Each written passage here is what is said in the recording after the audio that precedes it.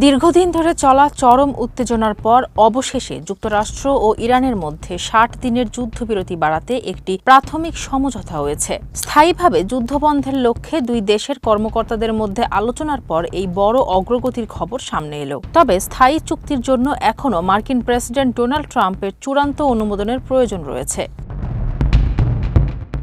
আন্তর্জাতিক গণমাধ্যম Al Jazeera ও এক্সিওসের তথ্যমতে কয়েক সপ্তাহ ধরে চলা কূটনৈতিক অচলাবস্থার পর এই খসড়া চুক্তি তৈরি হয়েছে। এই চুক্তির আওতায় হরমুজ প্রণালীতে আন্তর্জাতিক বাণিজ্যিক জাহাজ চলাচল স্বাভাবিক রাখা এবং ইরানের বন্দরগুলোর ওপর থেকে যুক্তরাষ্ট্রের নৌ অবরোধ তুলে নেওয়ার প্রস্তাব রয়েছে। তবে চুক্তি নিয়ে এখনও বড় শর্ত জুড়ে দিচ্ছে ওয়াশিংটন। মার্কিন অর্থমন্ত্রী স্কট বেসেন্ট স্পষ্ট জানিয়েছেন, ইরানকে অবশ্যই উচ্চমাত্রা সমৃদ্ধ ইউরেনিয়ামের মজুদ ত্যাগ করতে হবে এবং পারমাণবিক কর্মসূচি বন্ধ করতে হবে। এদিকে ইরান সরকারের পক্ষ থেকে এই সমঝোতার খবর এখনও আনুষ্ঠানিকভাবে নিশ্চিত করা হয়নি।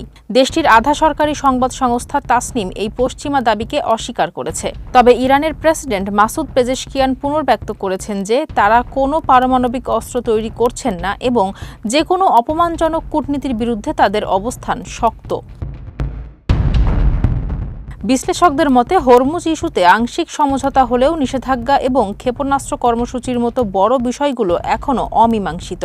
একই সাথে লেবানন পরিস্থিতিও এই চুক্তির ভবিষ্যৎ নির্ধারণে ভূমিকা রাখবে, কারণ লেবাননের বৈরুতে ইসরায়েলি হামলা নতুন করে উত্তেজনা বাড়াচ্ছে। আর ইরান শুরু থেকেই যে কোনো যুদ্ধবিরতিতে লেবানন ইস্যু অন্তর্ভুক্ত করার দাবি জানিয়ে আসছে।